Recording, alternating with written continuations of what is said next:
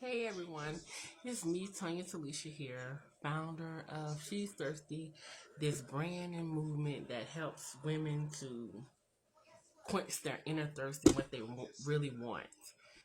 Um, so today I just coming here to make a video, because just to talk to you a little bit about trauma.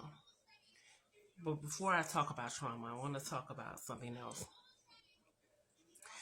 I here on She's Thirsty, when I created this brand, it was definitely for women, because I had been experiencing some things in my life, and there was a reason why I was doing what I was doing, and I was getting the results that I had been getting in friendships and in my relationships and things like that.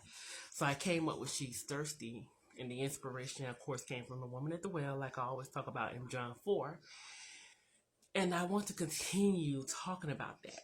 However, recently, I have created, I praise the God for an acronym for the word thirst and the word thirsty. And just like that, I got some downloads about what each letter means in thirsty. And so I want to create a community, a place that women of all ages could come to that are thirsty.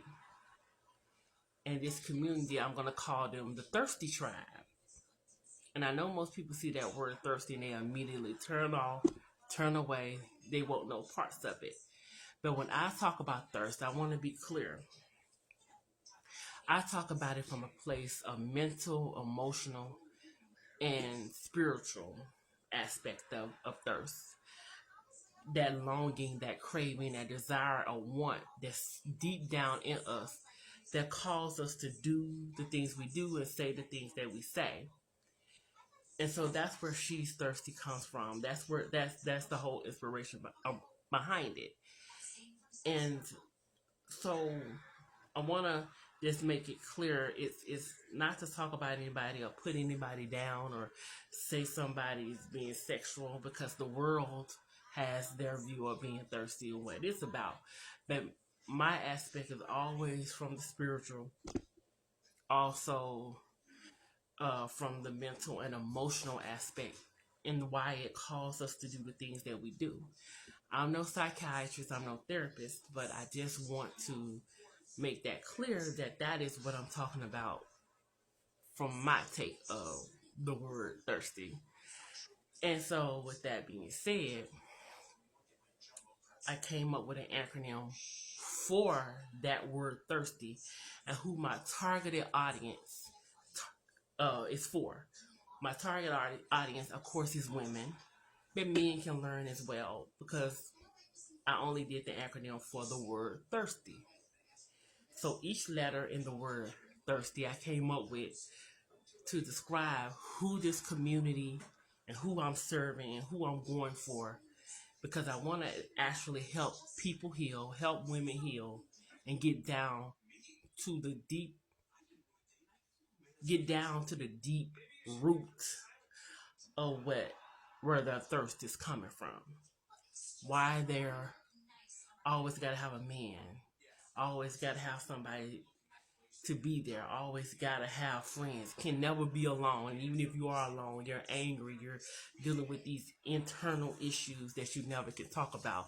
And that is what She's Thirsty is talking about. A longing, a craving, and a desire for something or someone to fulfill us.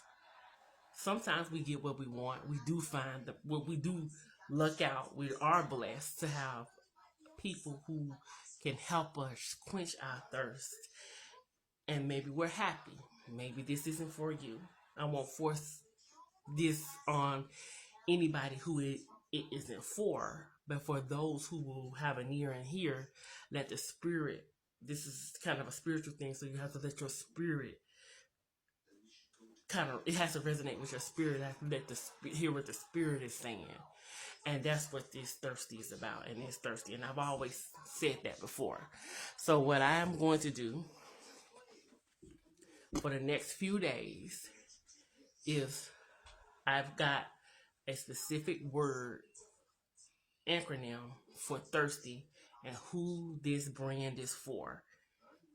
It's definitely to offer women hope, healing in the name of Jesus by getting down to the root of what their problems is, or what it may be, or what it may not be. And in the end, healing them. Because when you're walking around